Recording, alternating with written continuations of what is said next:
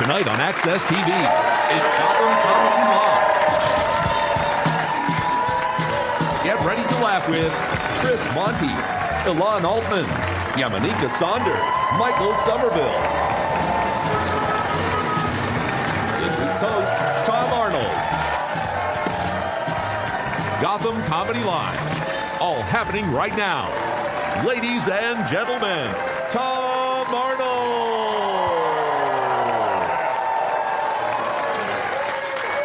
Oh, welcome to Gotham Comedy Live. I just found Gotham Comedy Live is the name of the show. I just found out it is fucking like we're live on the air right now. I had no idea. My wife is home. Hi, Ashley.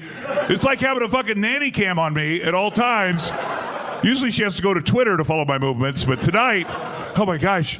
And by the way, Twitter, do you do Twitter? You know, Twitter is, it's great and everything, and I do it, but you got to be careful. Be careful what you say about people, because we have feelings. And this happened. I was at Super Bowl a couple years ago in New Orleans, and I go into the bathroom. I have this thing before I go on stage where I just kind of check it out. I'm not going to pee or nothing. I'm just checking it out to see how disgusting I am. And I do my thing, and then I get ready to go on stage, and I, for fun, check my Twitter feed, and I swear it says, OMG, Tom Arnold does not wash his hands in the bathroom.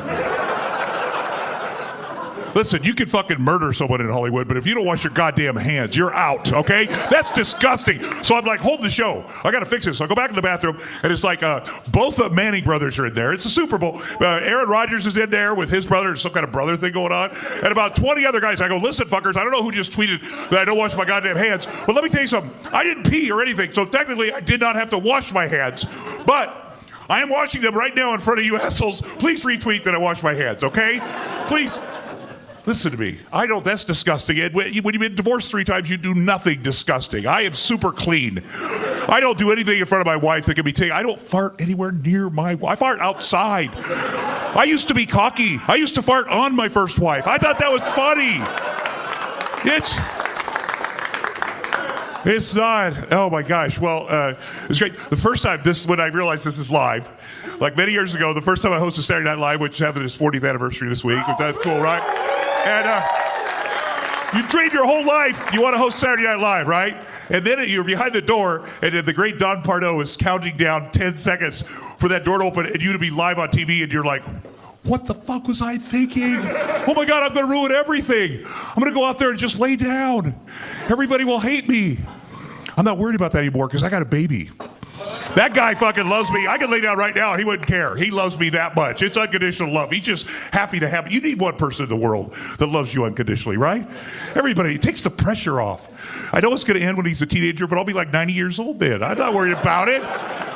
Oh my God, that journey for thy son, it was such a long journey, so many people involved, 23 years. I have a very minuscule sperm count, which, you know, when I went to the University of Iowa, this is how I found out I had a low sperm count. I used to donate blood and plasma, get $7 for beer money, you know, we do that all the time. Yeah, I go to separate hospitals because they be on to you. You can only donate so much. And then I was like praying to God. I didn't know what I wanted to do with my life. I said, I need a sign. And there it was. I worked at the hospital school, and there was literally a sign that said, donate sperm, $35. I was like, holy hell. That is God speaking to me. I will do that. I will do that 3 times a day. That's $105. I can't even, holy shit, I have a towel under my bed right now that's worth $5,000. I know, this is like, I'm so excited. My roommates, 6 of us, we piled down there, and they're like, slow down. We have to test your sperm first and before we take you in this program. And then it's like, well, it feels fine. But okay, so they come back, and the doctor pulls me out of the herd. He's like, he was very sad. He's like, Mr. Arnold, that's some terrible news. You cannot be a part of our program because you don't have enough swimmers. And I was like, how many swimmers do I have? And he's like, 3. And I was like, well, that seems pretty good. What does your average man have? And he's like, 3 million. I was like, no, don't fuck with me. Seriously, how many? He goes, no, I don't fuck with anybody. I have no sense of humor. 3 million is how many are. So at that moment, I knew I could not get a woman pregnant the regular way. And that was sad, but it's also good news because I'm old. I went to school before these terrible viruses. So like at bar time, I would be like, hey, listen, please sleep with me. I cannot get you pregnant. The worst case scenario, I sweat on you, you get a staph infection. You know what I mean? Like, so anyway, so I started when I was 30, got married for the first time, wanted to have a kid. And it became a problem for the poor woman. It's my physiological issue. Poor woman has to get on all the hormones. And, you know, we do that in vitro fertilization thing. I did 23 rounds of that with 4 different wives, so it's not weird. 4 different wives. And it never happened. When I met Ashley, I'm so lucky to have this. I met Ashley, I said, listen, let's adopt. It's not going to happen the regular way, and she's like, okay. And then she's like, well, let's just try. And so, it's so sad because it doesn't work out, and I know that from my history. But anyway, we tried 3 times, and then we went back, and she finally got it. It's not going to work. We're going to adopt. We go to the doctor, the fertility doctor, to kind of say goodbye. This guy's been with me 25 years, man. He's tried everything. And my poor wife, and my wife is sitting there openly weeping. And guys, what is scarier than having your wife weeping? There is nothing on the planet. You ever walk into the house and she's weeping? You're like, holy fuck, did I do that? Hold on. Even if I didn't, I gotta fix it because fucking Sports Center is on in 2 minutes. Oh my God, what is going on, honey? So she's weeping. So I'm at the doctor. I'm like, oh my God, I gotta. So I started showboating a little bit. I'm like, it's too bad. Ashley's had like 7 procedures. It's too bad there's not something you can do on the man. Because when science catches up with that, I will be back in here and I will do it. And I will. The doctor's like, actually, Tom, there is a new procedure we're doing on the man. I was like, okay, well, I'll do it tomorrow morning. What is that procedure? And he's like, well, we make an incision into your scrotum, we pull your testicle out, we take the sperm right from there in case it's your tubing. And I was like, come here, fucker. Okay, listen. God damn it. Run that shit by me in the hall. God damn it, I was showboating for my old lady over there. Now I got to get my nutsack cut open. You know it's not going to work. I know it's not going to work. She's like, would you really do that, honey? I'm like, hell yes, I would do that. Sometimes you got to get your nutsack cut open just to prove, just to prove you're in this thing. Plus, let's be honest. If you're in recovery, surgery is a snow day. Because there's a certain point right before they start cutting. They're like, now, Mr. Arnold, we're going to give you something to relax you. And you're like, hell fucking yes, you're going to give me something to relax me. They give you a shot of something called Versed. Let me tell you, it lasts about 30 seconds, but it's the best 30 seconds of your life. You suddenly have a full head of hair, 6-pack abs, no ex-wives. People love your movies. It is worth getting your nutsack cut open. So what happens is, they come back for this thing and they say, we literally found 1 sperm and it's not enough to juice your wife up and have her go through all the stuff to make 15 eggs. She got it. We met with the adoption lawyer. We're walking out. We get a call from the fertility clinic. They're like, hey, we're cleaning out the refrigerator, your ice cube tray, or wherever we keep this stuff. We got your 1 sperm and we happen to have 1 of her eggs left. You know what we're going to do? We're going to put them together in a dish. They will not multiply, but then we'll say we did everything humanly possible. We're like, great. 3 days later, they call back. They are multiplying. Don't get psyched up. Because it's not going to work, but if your wife wants to come down, we'll put it back in the hopper. We'll put it back in there. They won't stick. Anyway, then a month later, they're like, you're pregnant, but don't tell anybody. It's that kind of pregnant. You're not really, 2 months, 3 months. Now I think they're fucking with me because they know I know I've been blessed in many ways, so I'm not going to be blessed in this way. So the strain keeps going on. Then there's a heartbeat. Then there's an ultrasound. This baby looks like me with extra clay all over it. And I know it's bullshit. Finally, it comes time to go to the hospital. And they kept this lie going. I was like, this is going to be devastating. They're like, okay, and I'm looking for a crack in their story, and they say, oh, the baby is breech, everything is fine, but your wife has to have a C-section. I was like, here's where they bring in the other baby, which is fine. I'm in show business. Bring in I don't care what kind of baby. You don't give me one of Shaquille O'Neal's babies. He was my next door neighbor. I'd love to have one of his babies. I just want a baby. And they're like, sir, you want to stand behind the curtain where in front of your wife. You don't want to see this. I go, A, you're wrong. 1, I worked in a meat packing plant for 3 years. 2, I don't believe this is actually happening. And if I don't watch this, I'll never believe it. And I watched it, and it was amazing. And I have a perfect son now who loves me unconditionally. His name is Jax. He is perfect. Oh, my God. Oh, my God. And that's why I lost 100 pounds, because you can't be a super fat dad and a super old dad. You can be, and I'm super old. So I got to be able to play with this kid. Listen, you guys are great. This is fun, right? This is fun and exciting. All right, we're going to be coming back. We have 4 great comics, so get excited. It's going to be a short break, so come right back, everybody. Thank you.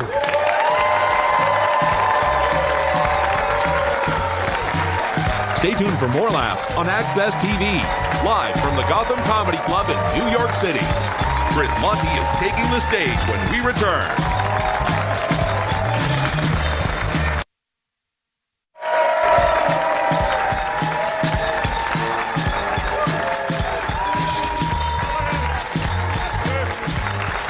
Yes, this is live. We're live on the air. Let's get the real comedy started. This guy is in Mall Cop 2, which is coming up. Chris Monty. Chris.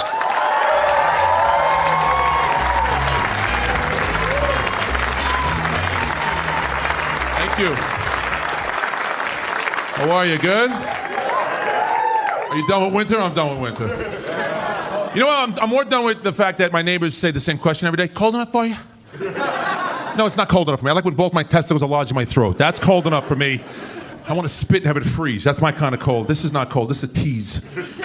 It is, I'm just glad the holiday season's over, right? The holiday season's like, I just feel like that whole period between Thanksgiving and Christmas, you're just locked up inside with people you hate, right? It's, family. And it's just awful. Because for those holidays, they're terrible for me. I'm not married. I don't have kids. Drink up, ladies. I get better looking as the show goes on. But if you come from my family, when you get to a certain age, no kids, no wife, you're suspect. And I got to hear the discussions. All the women gather, all the hens, all the aunts, all the cousins are all in the kitchen. And the drunk you get, the less you know how to whisper. I think I can't hear them in there. What's the matter with him? It got too far. He can't find someone already. Not a bad-looking fella. Maybe he's gay. I am not good-looking enough to be gay, first of all, okay? That's not funny. Don't laugh at that. It's different today, man. This is a different world that I grew up in. You can't just go out to a club or a bar and meet a girl. You got to be online now. That's where we do everything online, even meet people, dating websites. And I'm online. And I got a tip for anybody who's dating online. Update your profile picture. I should be able to recognize you when you walk into the restaurant. That's all I'm saying. Because everybody lies. I have been the victim of false advertisement time and time again.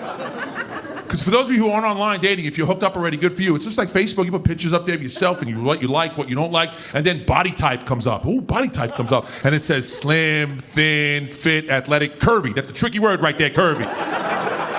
Girls, I never knew how tricky that word was. The big difference between curvy and holy cow, look at that. Wow, that's a lot of person.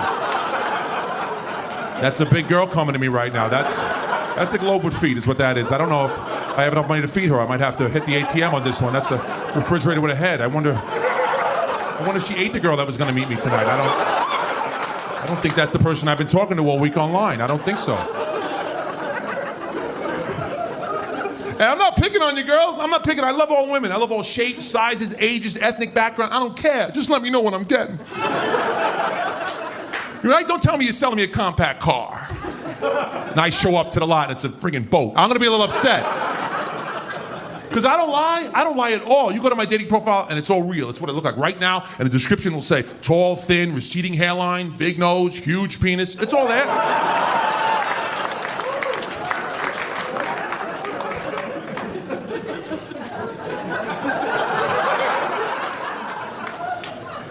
The holidays brings all of that. It brings all of that discussion. See that? All of that discussion. Once I got to go through that pressure. I just give me the summertime. There's no pressure in the summertime, right? Summertime, you're not inside with these people. You're outside. You're barbecuing. 4th of July, best holiday on the calendar. 4th of July. What happens on 4th of July? Your friends call you up, like, yo, come over, we're barbecuing. Come over. We're gonna barbecue. You're like, yes. What do I bring? Can I bring something like buns? Can you get buns? We're running low on buns. I go to Costco right now. Get a skid of buns. How many buns you need? You need 4,000 buns? I'll have a truck back up in your driveway at 2 o'clock. Buns are here. Well, get beer. Can you get beer? I'll get every kind of beer they make. I don't care. I'll get dark beer, light beer, summer ale, winter ale. I don't care. No pressure. I hate the ice people, though. Don't you hate that? Can you bring ice? What, you don't have running water in a freezer in your house? I go to the Quick Mart now, pay $75 for 2 bags of ice because you didn't plan for your party. Hope I get there before it melts. Right? You're walking in with bags of water. There was traffic. Sorry, I don't know. I had the air on, but it wouldn't keep. It's too much pressure. Getting older now. The older you get, you just know what you want. But I don't want to fight with women anymore. I don't want to fight with your girls. I want to fight. The next relationship I have, let me know when you're done yelling. I'll be in the garage. I don't want to fight. Men and women fight too much about just too many things. We do, because we're not on the same page, not the same wavelength. We have different brains. That's what I've come to learn. God made very different brains for men and women. Women, different brain. The man brain, simple, right? Little piece of machinery with a switch, on and off. That's it. Women, he ran out of switches when he made your brain. You're always on. You can't shut off. You don't know how to shut off. You're just not built to. That's true. I've been on the stage for a couple of minutes talking to you. In that time, every woman in this room has a million other things popping through their head while they're watching the show. You're sitting here watching the show and go, this is so much fun. Tomorrow's Friday. I like to work tomorrow. Then nothing on the weekend. The next week at the wedding, I go, oh my God, I got to that wedding. Who gets married in the middle of February? It's going to be so cold outside. But it's my best friend. I do love her. I got nice dress. It's going to be like horrible. And hang out. And she wants to take pictures outside. I'm going to take pictures outside. She can take pictures outside. She can go outside. She can get married in the summer. She wants to take pictures outside. I don't care if it's like the snow. And then we got Easter at our house. I'm like, Easter this year. 30 people coming over. I got to make a whole menu. And my sister-in-law thinks she's going to come over and sit on the couch and not help me. She's going to help me. I'm going to do shit. I'm going to help me. Take it up. Oh my God!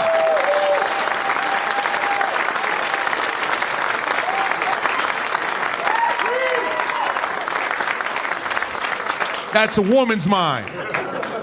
Men don't think like that. Right, men? We save our energy for one good thought a day. Maybe. Men have a switch on and off. Usually it's off. But you've seen your man shut it off, girls. You've seen him come home, plop down on the couch. The TV's not even on. He's looking at a blank screen right now. Because he don't care, because in that moment, the shop is closed. But it's not closed for long, is it, fellas? No, because here comes a shop steward around the corner.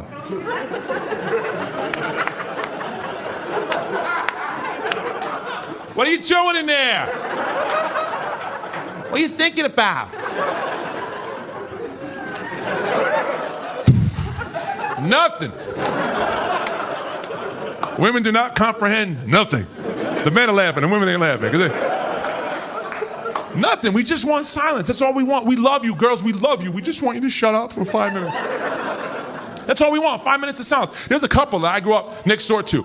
And great couple. They were like in their 80s at one point. They were married 60 years. This is true. And the husband got sick and he's in the hospital and the wife goes to the hospital every night and she visits him and then he dies one night. She drives all the way home. She gets into bed. She goes to sleep and she dies in her sleep. Same night. Right? See, when you hear women, do you notice not one man made a peep? You know why? Because every man in this room knows exactly what I know, that man died. He got on his cloud in heaven. And he was like,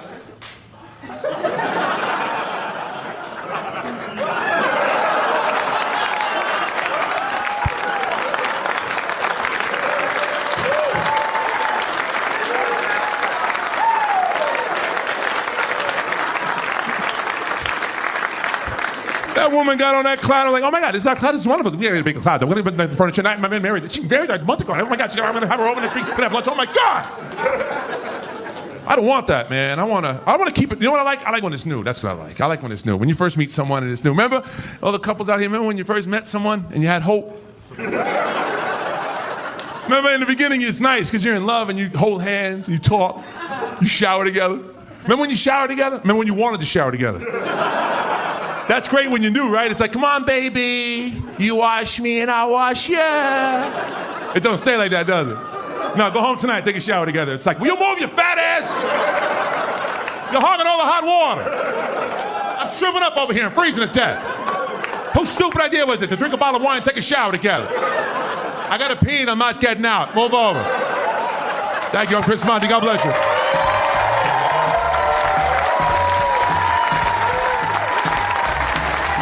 Stay tuned for more laughs on Access TV, live from the Gotham Comedy Club in New York City. Alon Altman is taking the stage when we return. Welcome back to the Access TV presentation of Gotham Comedy Live. More laughs happening right now. Yes, welcome back, everybody. Let's keep it rolling, right? This next guy's amazing. Alon Altman. Alon Altman. TV debut. It's his debut, right? First time? Thank you. Oh, my God.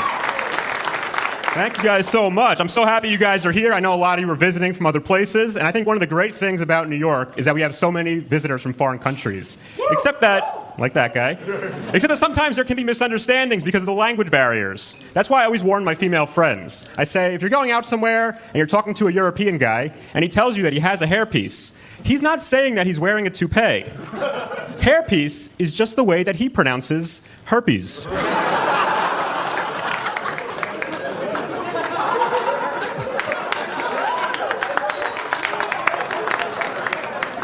I have a hairpiece.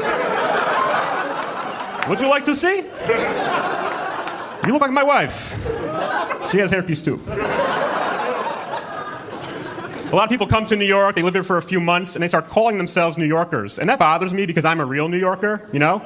I was born in New York. I went to school in New York. Yeah. One guy went to school in New York. The first girl I ever had sex with, from New Jersey. Don't get me wrong, New York girls are beautiful. The New Jersey girls, they are easy.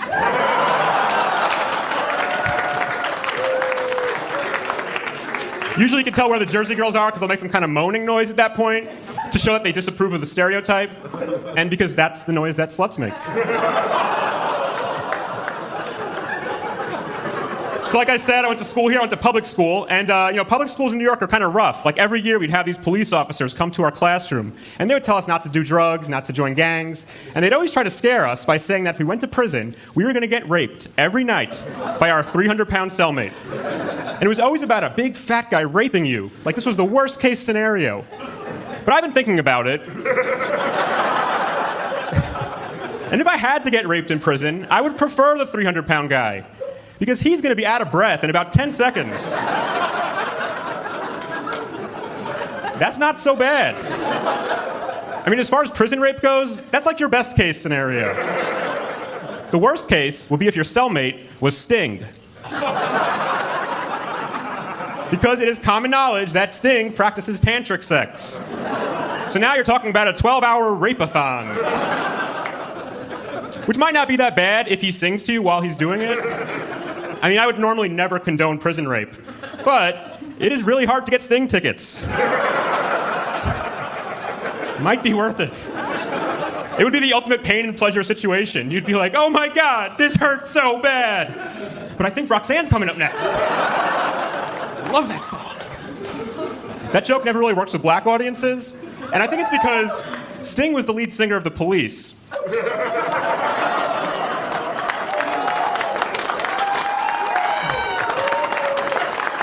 And black people don't like 80s British rock. Their thing. So it's February, which is Black History Month, and every time it comes around, my black friends always complain about how it's not fair that Black History Month is the shortest month of the year. But I think they should look on the bright side, because some groups have it much worse. You get an entire month to celebrate great black men, but there's only one measly week to celebrate great white sharks.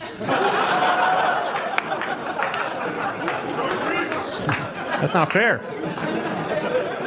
Someone once told me that joke was a little offensive, but I want you to know I can tell that joke because some of my best friends are black sharks. Yeah. There actually are black sharks. That's a real species of shark, okay? I did research for that joke. Proud of myself. Interesting side note, if you go to Google and type in black sharks, you will see a lot of pictures of Denzel Washington doing West Side Story.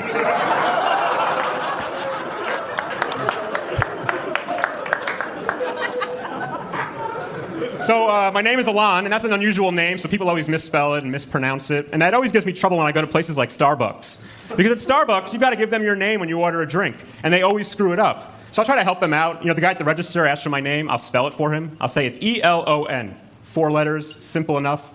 One time I got my cup back, there were 14 letters written on it. And I realized that guy didn't think I was saying the letters E-L-O-N. He thought E-L-O-N is how I pronounce my name.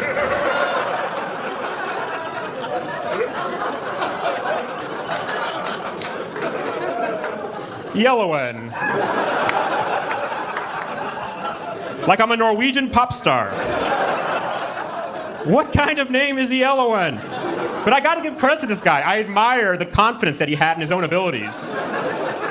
Because this guy heard the name Yellowen, but he didn't ask me to repeat it, didn't ask me to spell it out. He was just like, Yellowen? I got that.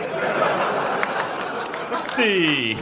I-L-L, 4 Y's in a row, circle with a line through it, backwards N, hashtag blessed. Nailed it. But even if the first guy can spell Alon correctly, I still have to deal with the next person who has to read that name out loud in order for me to get my drink. And that's like a whole other problem. Because when I go to Starbucks, I am there to get my favorite drink in the world. The venti mocha frappuccino with whipped cream and a hazelnut drizzle. The girliest drink on the menu. So under normal circumstances, it's a little embarrassing to be seen with that drink. But it's extremely embarrassing when I have to pick up my girly drink from the guy calling out, "Ellen? Ellen?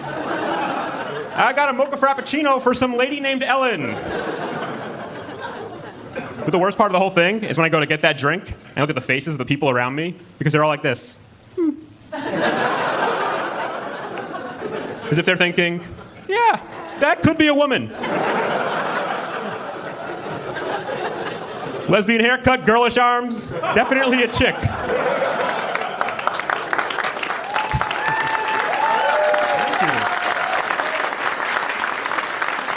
You know, I get it. I'm a skinny guy. I'm not very masculine, but I feel self-conscious about being skinny. But I think that's normal. I think most people feel a little bit self-conscious or uncomfortable with their physical appearance.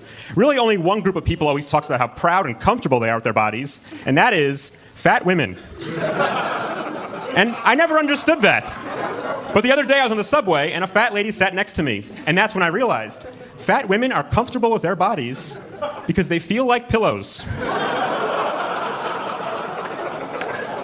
I put my head down and took a nap. It was good. But I think it's good that these ladies have, high self-esteem because so many people feel bad about their bodies. You know, like men, for example, a lot of them worry about things like penis size. And really, men should not worry about that because I saw a survey in a magazine that said 80% of women don't care about a guy's penis size. That's not true. No.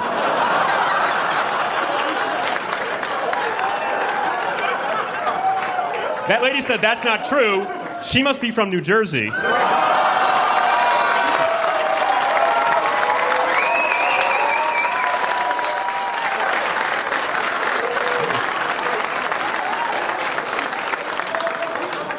No, but the thing is, 80% of women don't care about penis size because 80% of women aren't that attractive.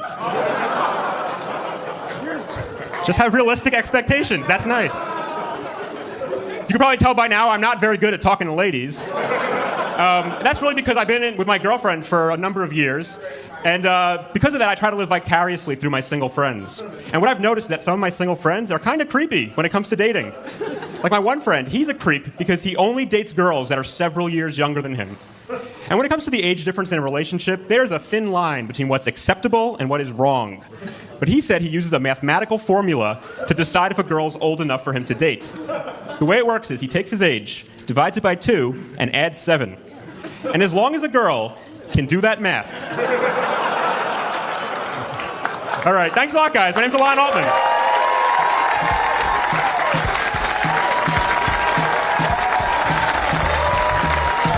Stay tuned for more laughs on Access TV, live from the Gotham Comedy Club in New York City. Yamanika Saunders is taking the stage when we return.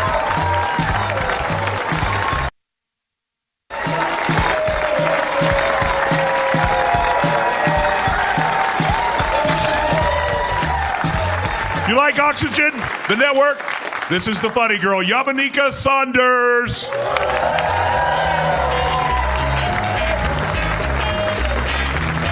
Oh my God.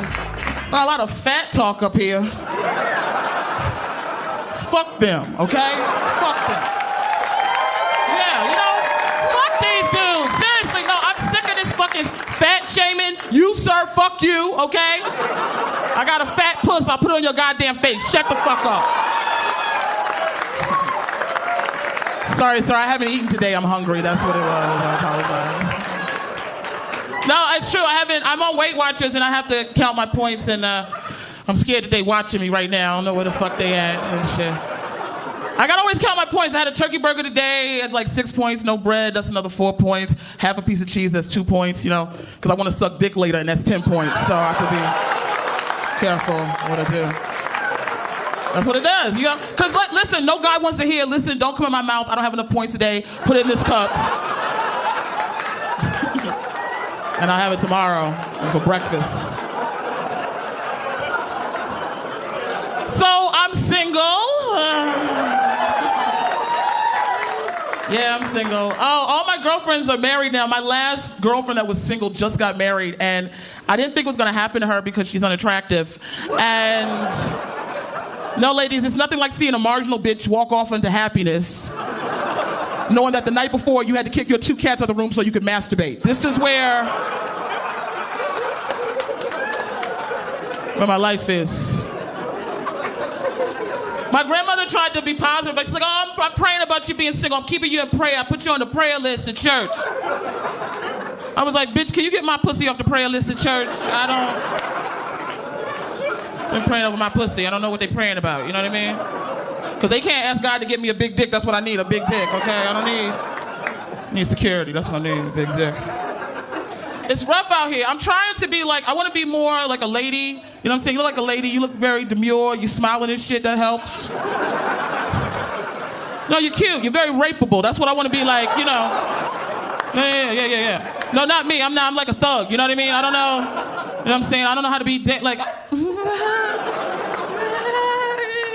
Like, I want to be, when they have that Taken movie again, when that bitch gets kidnapped again, I want to be the bitch on the poster, like... I want somebody to try. That's why he's with you, because he knows he can rescue you, right? He can't rescue. If you try to pick me up, sir, I will pop both your goddamn kneecaps, okay? I want to be a damsel in distress, huh? You know what I'm saying? I want to be in a dark alley at 4 o'clock in the morning and see some creepy dude, maybe Tom Arnold, down there. You know Tom like big bitches. Come on now. But I want to know what it feels like to be vulnerable, just to see that guy and get concerned. I'm never concerned. You know what I mean? Like, look there and go... So concerned I have to call my friend. Oh my God, Teresa! I want it.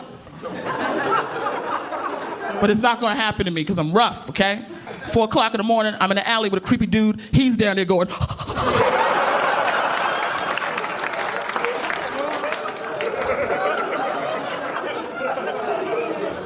I'm tired of getting put down by men. I got put down by a friend of mine recently. He's like, I don't know, 3'11". I don't know what the fuck he is. He's not a midget. I can't call him a midget. I don't want to call him a little person. He's like a popple or some shit. I don't know what the fuck he is. We're sitting on the couch, and he says to me, you know, we've been friends for 7 years, and I think I'm falling for you. Now, he's already a little motherfucker down here, so I didn't want him to, you know, break his neck and shit because he's little and shit. So I was like, well, don't fall too hard. You know what I'm saying, motherfucker? But, like, okay. And I'm thinking to myself, I don't really like this guy, but I don't want to, you know, whatever, hurt his little feelings and shit. It might kill him. So I'm thinking to myself, like, how can I put him down? But before I can even get to that, he goes, but you're not my type. And I'm looking at this little thing, like, you have a fucking type? You're a fucking midget. You don't get a goddamn type, okay? You get type 2 diabetes and that's it, all right? But that's how men are. Look at you, sir. You're with this gorgeous woman. Look at you. You're all right. But you know what I'm saying? You could have did better. You know what I'm saying? But you men, you have high self-esteem. No matter what the fuck you men look like, you think you deserve the baddest bitch. I wish women would like that. We're gorgeous. Look at you, bitch. Look at you bitches. Gorgeous. And look what y'all with. Look at these motherfuckers. Stepping around here like fucking peacocks, like you so goddamn... This little motherfucker, I said, listen, motherfucker, okay? What the hell is your damn type? I was confused. He says, well, I like light-skinned girls with long hair and light eyes. I said, well, motherfucker, that's a goddamn unicorn to your ass. You start with fat bitches and work your way down, bitch. But you know what he did? He fucked with my insecurities. I was like, fuck, I'm not his little type? Oh, my God. So I fucked him just to prove that I was his goddamn type. I shoved him in my puss and he's still there until he learns. You don't get out till you learn.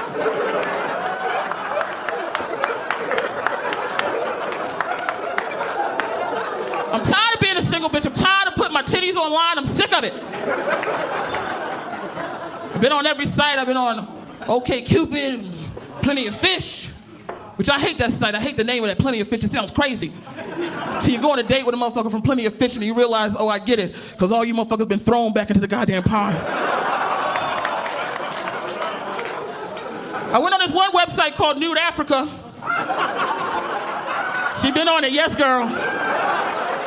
You gotta put your titties out on Nude Africa. This is the thing, like, you know, I got big titties. Like they don't do the, you know, you got cute titties. They like, you take your bra off, they probably sing like the Little Mermaid or some shit. Right? You can kiss them because they right up there. Like, if you take my bra off and my titties fall out, they look like Ricola horns, okay? No, seriously, I got 2 cats that get confused every time I take my bra off because they think it's a scratch toy. They don't know what the fuck is going on. And you don't hear the Little Mermaid when my shit come out. You hear Good Times and Old Negro Spirituals. That's what happens. So I gotta take a picture of my breasts, to get them out there for the internet. And, you gotta...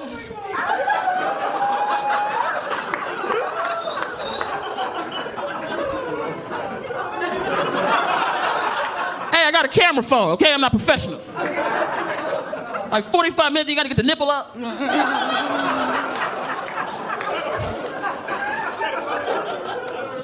Listen, I got huge areolas, okay?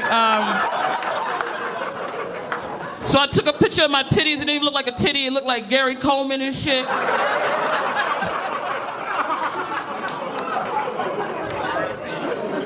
So I put my titties up there. I had this guy come over my house from New Africa. We started making out on the couch. Now I am a big bitch and my titties sweat. So what I do is I throw talcum powder underneath there to catch the moisture.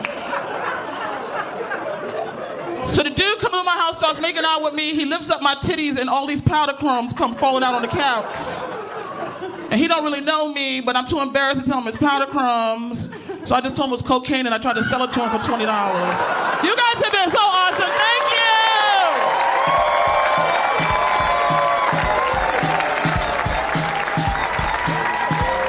Stay tuned for more laughs on Access TV, live from the Gotham Comedy Club in New York City. Michael Somerville is taking the stage when we return. Welcome back to the Access TV presentation of Gotham Comedy Live. More laughs right now. All right, he's been on the Late Show with David Letterman, Michael Somerville.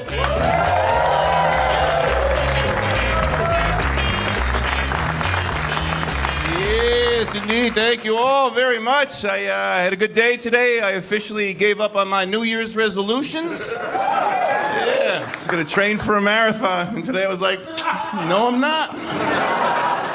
Celebrated with some nachos. My brother told me I got to set manageable goals. He's like, why don't you just plan to lose 10 pounds this year? I said, I can do that. I don't even need to start till October.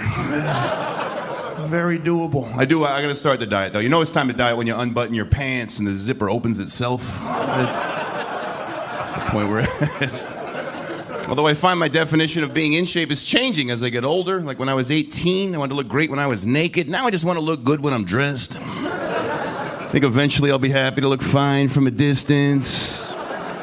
In the dark. We really are resistant as a population to losing weight, right? It's not that hard. Any doctor will tell you, just eat right and exercise. And we're all like, What else you got? And you gotta work out. I've never been a fan of manual labor in general. Women are always like, your hands are so soft. What's your secret? I don't use them. We do that. And people make assumptions because of my size. My friend was like, you're a big guy. You want to help me move? What? Well, you're fat. You want to make me dinner? I am deceptively weak for my size. Tired when I wear a heavy jacket. Never been good with my hands. Can't fix anything. I bought a new printer because my old one ran out of ink. But when you're a man and you can't do stuff, you don't admit it, right, guys? We're too proud. My girlfriend's car got a flat tire. I was just like, I think we should see other people. Over there. Because I'm a guy, but I'm not sure I'm a man. I can't bench press my weight. I don't think I could bench press my height, honestly. But this is a good time to be a little pathetic as a guy, right? You can get away with it. Just say you're sensitive. Everyone has to accept it. If I was born 500 years ago, I'd have been screwed. The men are going to hunt for dinner. I'd have been like, what are the women doing? I can help set the table.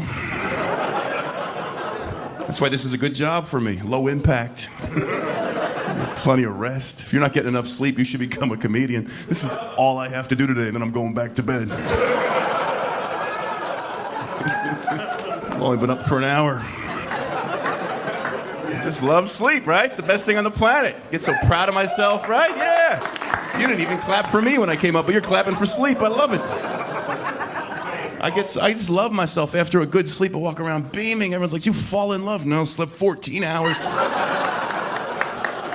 People think we're lazy. Sleeping a lot's hard. Sometimes I wake up sweating. Wow, I was really trying.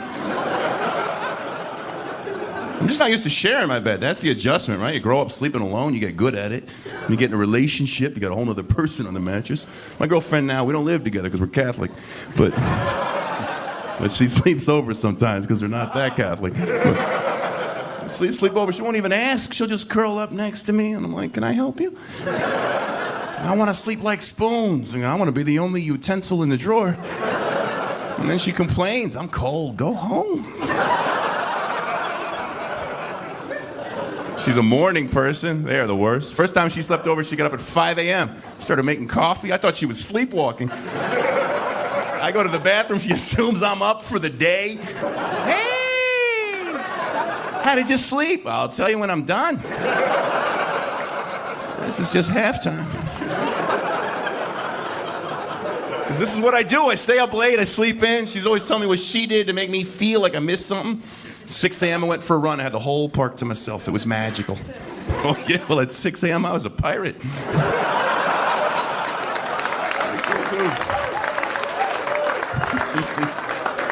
And ladies, when we do finally get up, you got to give us time to warm up, right? Just because a man is standing does not mean he's ready to speak. She wants to discuss her dreams. A guy had a dream about you.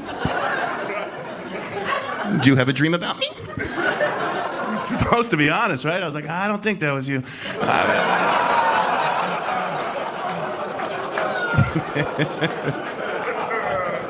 No, she's very sweet, though. Everyone wants to know if she's the one, though. That's what they all ask. You get in that relationship, is this the one? Have you met the one?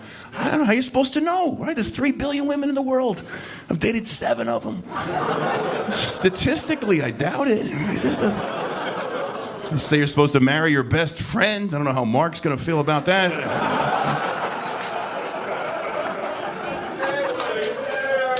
I was reading an article about marriage that said the man should spend 3 months' salary on an engagement ring. And as a comedian, I was like, who picks the month? If it's this year, she's getting a ring pop, because that's not going to be... But it changes your life, though. You get in that relationship, right? I think relationships change the man's life more than the woman's life, too. You ladies still do the same stuff. You just make us do it with you. Meanwhile, I'm eating salads. I own an umbrella.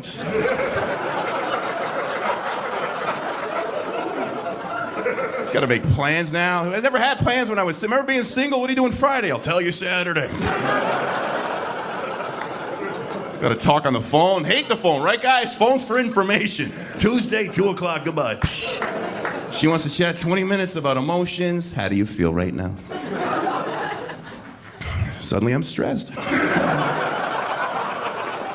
Last week she got mad. You never call me for no reason. You're welcome. So what do we have, guys? About 4 minutes of phone time in us? And then we're just like, I'm out of stuff. You gotta let me live longer so I have more to report. There's too much technology. You can't hide anymore. Guys like disappearing for a few hours off the grid, right? But now everyone's checking us in on Facebook and Twitter. Women are tagging their men like deer. You can't hide. Like, hey, baby, I'm at work. No, you're not. I'm watching you on Google Earth. There's cameras everywhere you go, man. That's the best thing that ever happened to women. There's cameras everywhere. Picture phones. Women love their pictures. Now they can take them every 6 seconds. We gotta take a picture. Why are we taking a picture? Because we're going out. 6 minutes later, it's time for the picture. What now? We're actually out. I know why you ladies like pictures, because you look good in them. You know your angles, your little picture face. Every woman, as soon as that camera's about to go off, suck it in, put them out. Ooh! Ooh! Mm. Guys never got that memo, right? We're sitting there like trolls.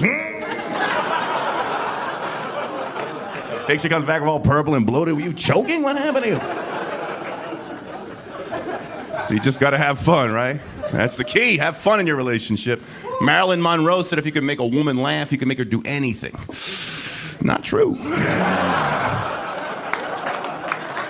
My My girl asked what I liked about her. I said, I like your butt. She got mad. Why can't you give me a grown-up compliment? I don't even know what that is. I admire your low cholesterol. I like physical compliments. I said, what do you like about my body? She said, I like the back of your neck. She picked the one part of my body I've never even seen before. So I just try to be romantic. I try to be a good lover. That's a lot of pressure on men. Women think we don't care. You just want to have... No, we care, ladies. I've always been very conservative when it comes to sex. I've never had a one-night stand. I'm not just going to give this away. Wasn't supposed to be that funny, lady, all right? My buddy's got the crazy stories. He's always like, dude, met this chick, went home, we broke the bed. I was like, how much did she weigh? No, she was crazy in bed. Crazy. Never understood what that means to be crazy in the bedroom. Was she aggressive or did she pretend to be Winston Churchill? But you ladies are getting a little nuts. You got to admit, it's all, I don't know if it's internet or there's 50 Shades. My girlfriend bites in the bed. She'll bite my body in the bedroom. What the fuck is that? Last week she bit my nipple. It hurts. She's like, it turns me on. Yeah, well, bite your own nipple. Right, listen, I'm Michael Somerville. Thank you guys for coming out.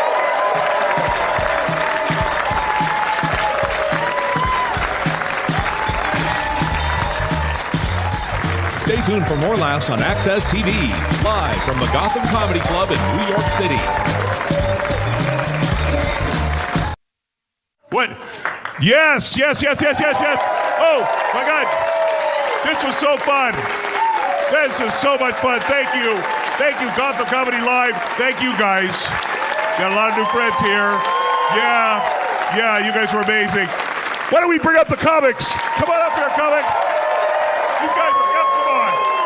They're amazing. Chris Monte, Alon Altman, Yamazika, son, Michael Somerville. Future Mrs. Arnold right here. Number 5. Thank you guys, you were great.